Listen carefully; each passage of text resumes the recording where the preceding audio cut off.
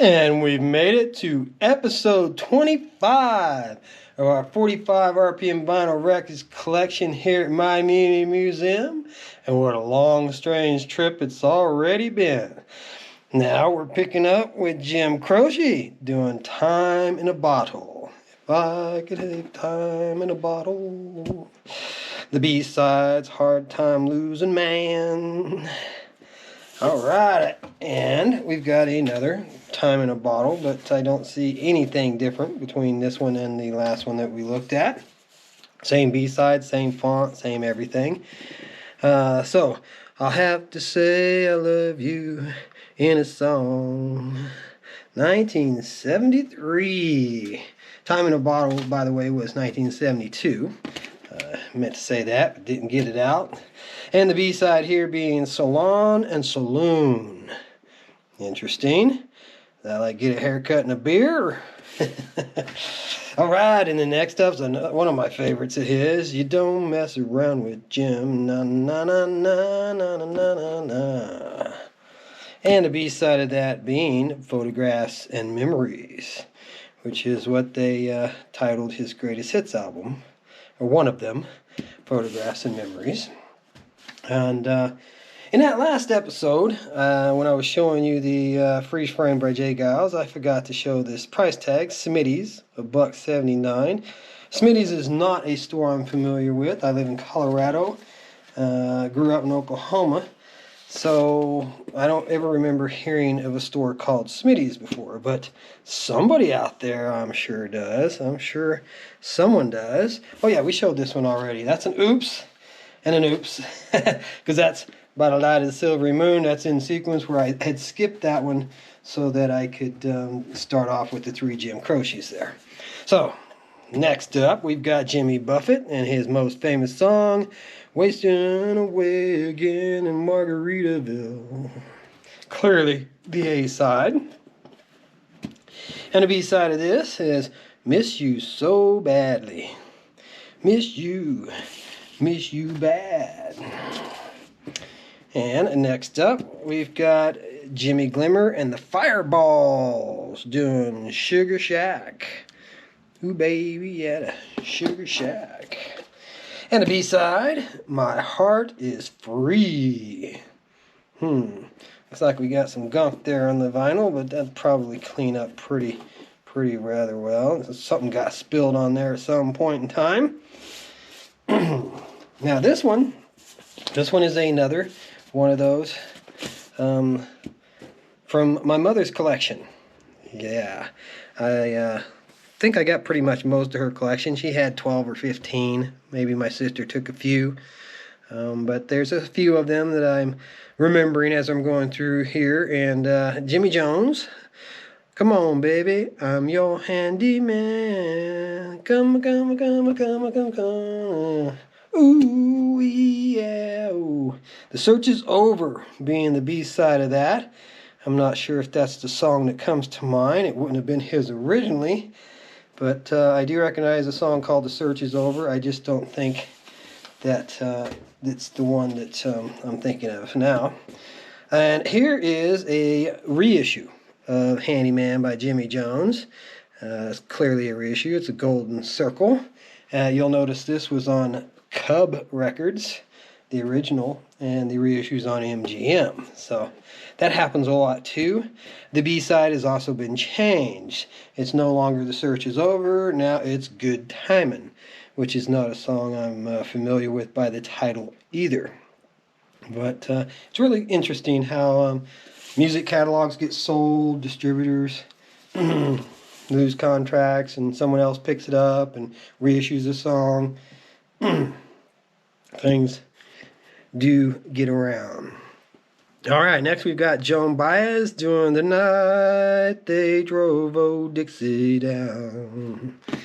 And that's at least folk, if not borderline country. B-side being When Time Is Stolen, which isn't one that I'm familiar with.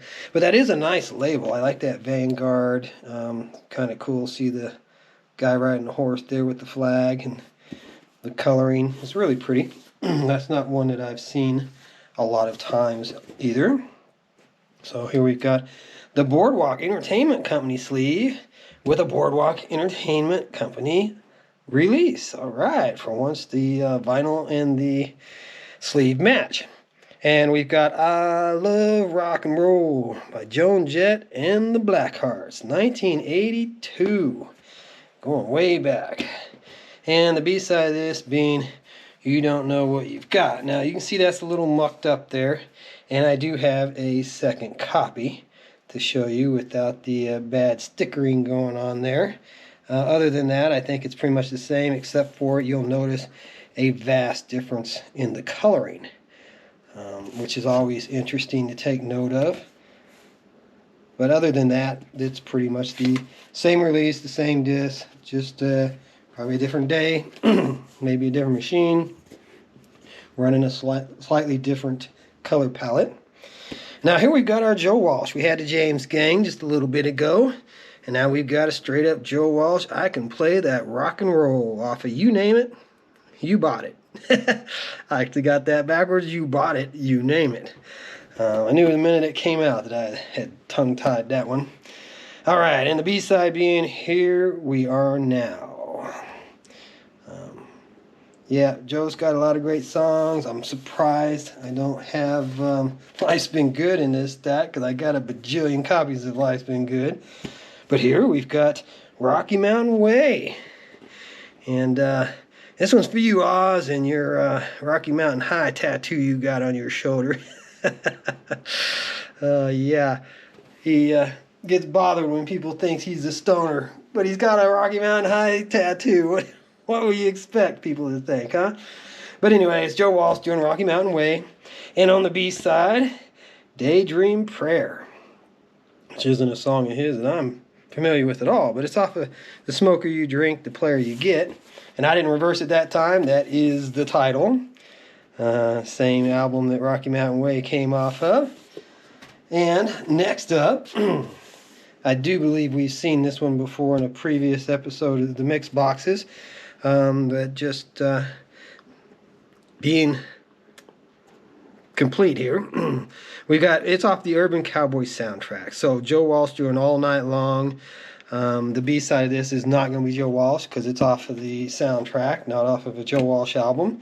And there it is for you. Gilley's Urban Cowboy Band doing the Orange Blossom Special Hoedown. Let's have us a hoedown. I have never seen the Urban Cowboy. I'm not a big fan of country music and kind of got a bit of an attitude against Western-themed things, even though I do like Western movies, John Wayne and stuff. But I bought it recently at a garage sale, and one of these days I'm going to take time to sit down and watch that, just because it's such a famous movie, and I figure it deserves, a couple hours of my time. But moving on, we've got Joey D and the Starlighters doing Peppermint Twist, Part 1. You'll probably remember Chubby Checker doing Peppermint Twist. But he was more, let's twist again like we did last summer. So, anyways, I don't think he did Peppermint Twist originally, and I could be wrong. Maybe Joey D and the Starlighters are doing a cover version of Peppermint Twist, but it's odd if they did it the original way with Part 1 on side 1 and Part 2 on side 2. You also notice it says recorded live at the Peppermint Lounge on that B-side there. Well, so is the A-side. So maybe this is a cover version all the way around. Maybe Chubby Checker did do Peppermint Twist originally and the sequel to it, Twist Again. Let's Twist Again.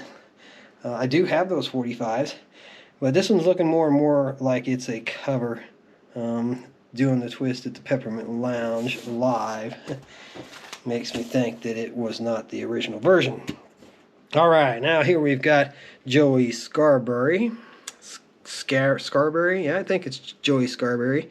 The theme from The Greatest American Hero. Believe it or not, I'm walking on air. I never thought I could feel so free. The B-side being That Little Bit of Us. Now, I don't know of another song that Joey did that I could sing for you or even know, but I definitely like The Greatest American Hero. I used to watch that show, and it's a good theme song. So, moving on, we've got John Cougar. Used to be John Melling. Oh, no. is now John Mellencamp. He was John Cougar, Cougar Mellencamp, and now he's just John Mellencamp. So another one of those instances where the artist was pressured to change his name and got big enough and successful enough that he was able to go back and start using his real name. So he's not John Cougar, he's Mr. Mellencamp. And Hurts So Good with a B-side of Close Enough off of the American Fool album. And here's the label for you. Hurts so good, come on baby, make it hurt so good. And the B-side being Close Enough, just like it says on the picture sleeve there. And next up, we've got another John Cougar, Jack and Diane. A little ditty about Jack and Diane. Two American kids, can you take it? On the B-side. And I've got another copy of the exact same one, Jack and Diane, but it's got a different B-side. Its B-side is I Need a Lover That Won't Drive Me Crazy. I actually like Pat Benatar's cover that she did on her first album of this, a lot better than John Cougar's version. But it is very interesting that we've got two of the 45 with two different B-sides.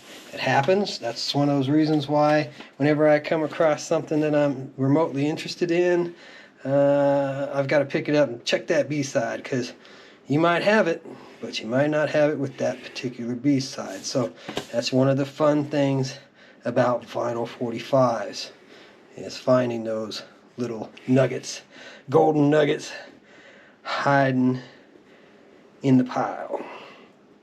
So hopefully I scan over that, cross that. You can look the lyrics up online if you really want to look at the lyrics to the Rockin' the USA song. I always thought he was singing I Love Sika in the USA. If you know who Sika is, you're going back to the 80s. But it's not. Rockin' in the USA. And the B-side being Under the Boardwalk. Alright, so that does us up for episode 25. Come on back for 26. We'd love to see you again.